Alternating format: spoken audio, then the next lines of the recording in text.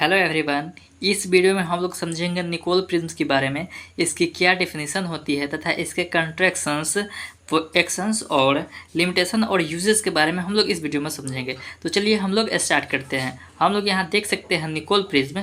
It is an optical device made from a calcite crystal for producing and analysing plane polarised light. It was invented by William Nicol in 1928। जो Nicol prism होता है वो एक optical device जो होता है जो calcite crystal से बना होता है, और जो निकोल प्रिज्म होता है वो प्लेन पोलराइज्ड लाइट को एनालाइजिंग और प्रोड्यूस करने का काम करता है। इसका आविष्कार विलियम निकोल्स के द्वारा 1928 में किया गया था। इसके कंस्ट्रक्शंस को हम लोग समझेंगे। Nicol prism is made by calcite crystal. It is an rhombohedral shape. A calcite crystal ABCD about 3 times as long as it is wide is taken. That means जो निकोल प्रिज्म होता है वो calcite crystal का जो बना होता है, ठीक है। ये निकोल प्रिज्म है, ये कैल्साइट क्रिस्टल की बनी होती है और इसका जो शेप होता है वो रोम्बोहाइड्रल शेप होता है। ये जो शेप होती है इस टाइप के शेप को हम लोग क्या बोलते हैं, रोम्बोहाइड्रल शेप होती है। रोम्बोहाइड्रल शेप में एक और बात भी होती है, जो इसका जो वाइड होता है यानी इसका जो चौड़ाई होती है वो लंबाई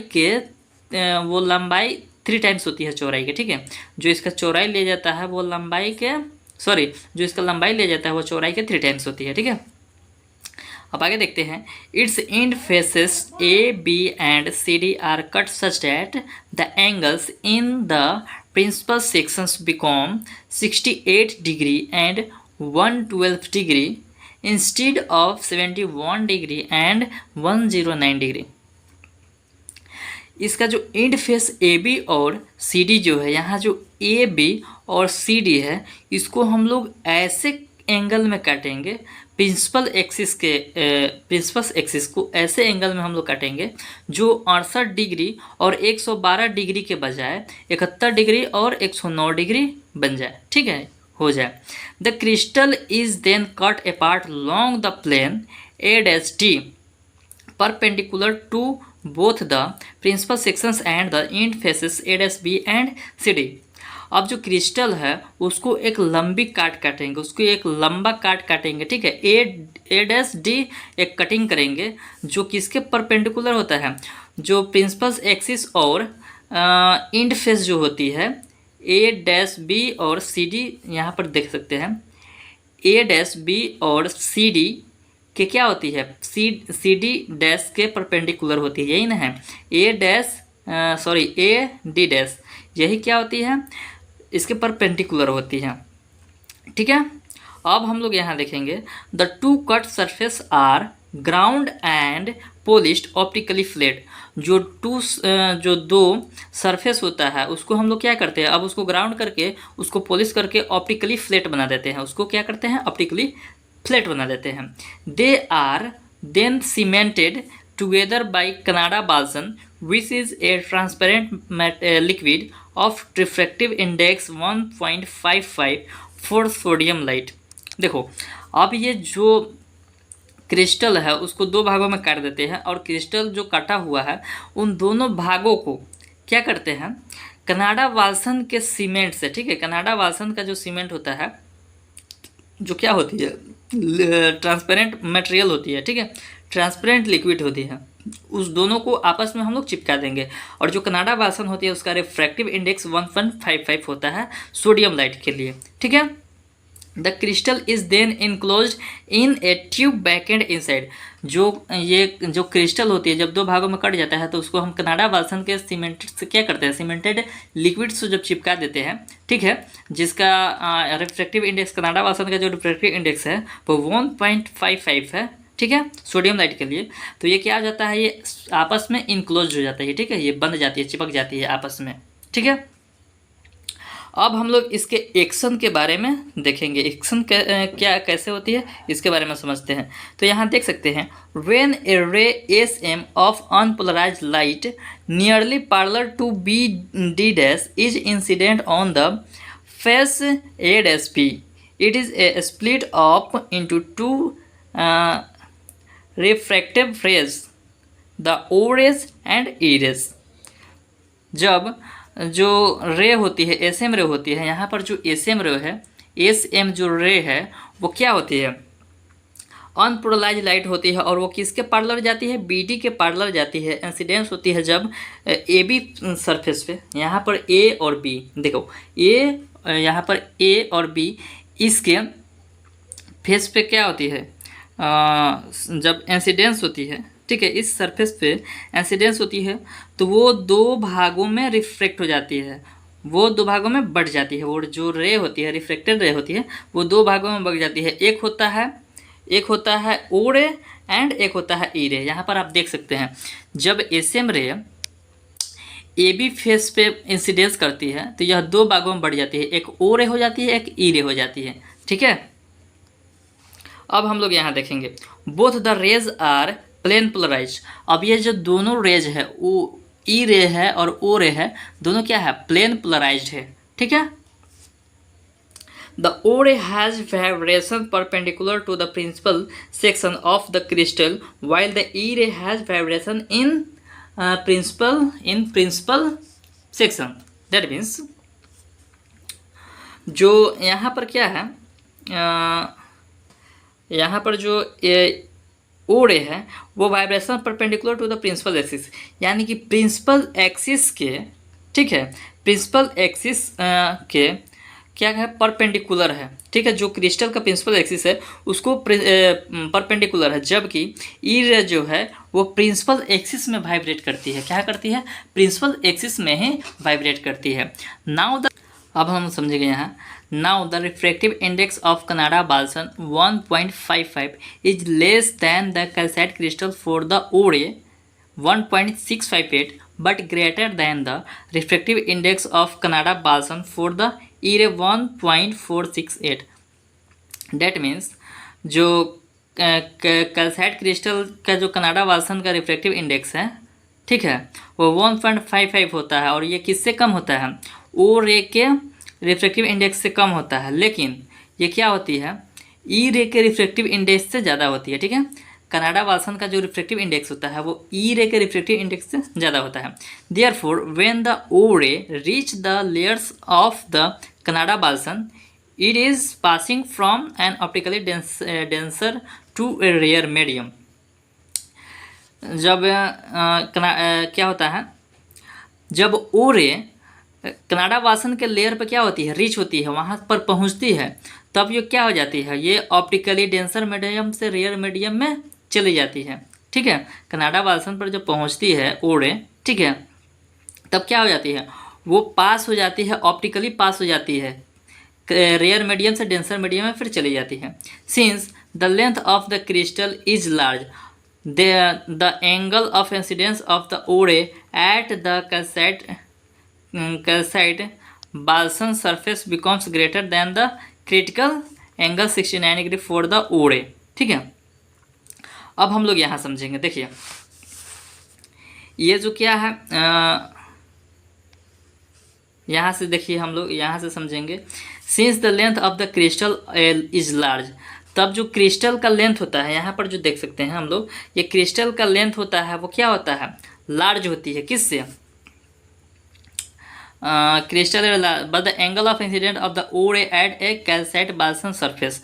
जब कैल्साइट बाल्सन सरफेस पे जो ओ रे का जो इंसिडेंस होती है, ठीक है, तब इसका क्या होता है, क्रिटिकल एंगल से ये ओ रे क्या होती है, ज़्यादा होती है, क्या होती है, ज़्यादा होती है।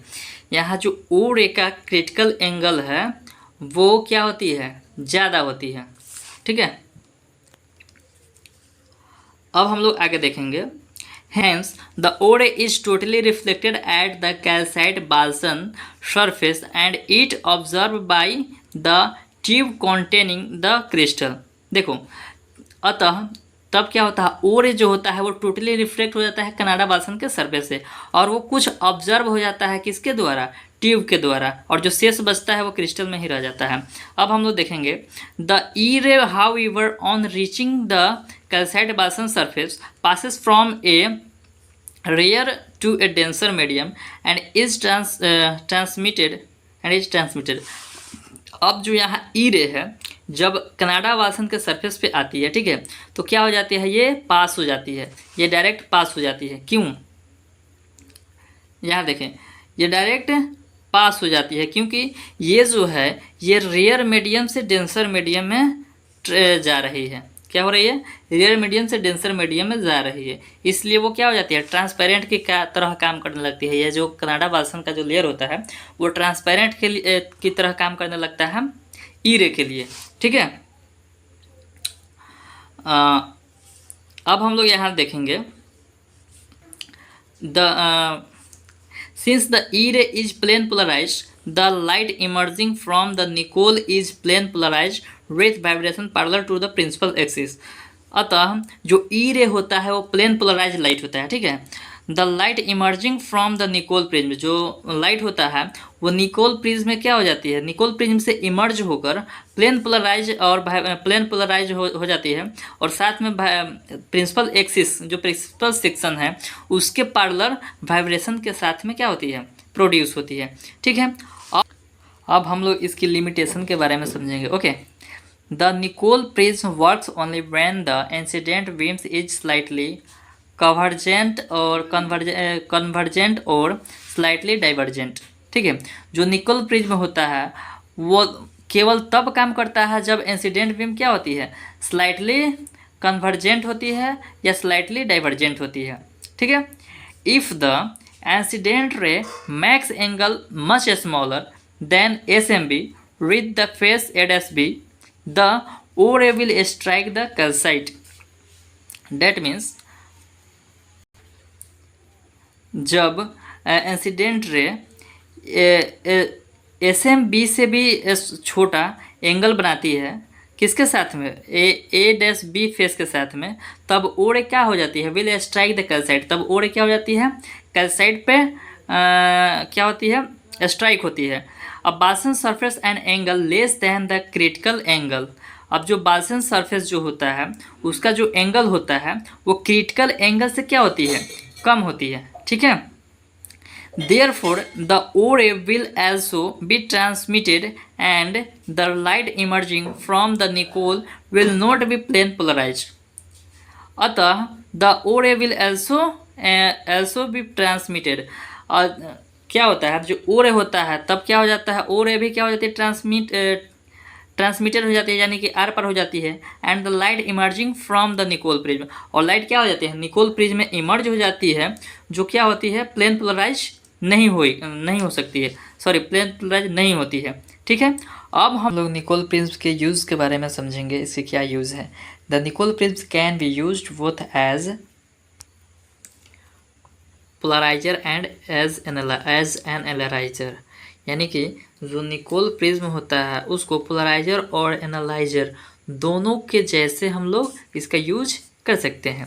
When an polarised rays of light is incident on a Nicol prism P, the ray emerging from P is plane polarised with vibration in the principal sections of P।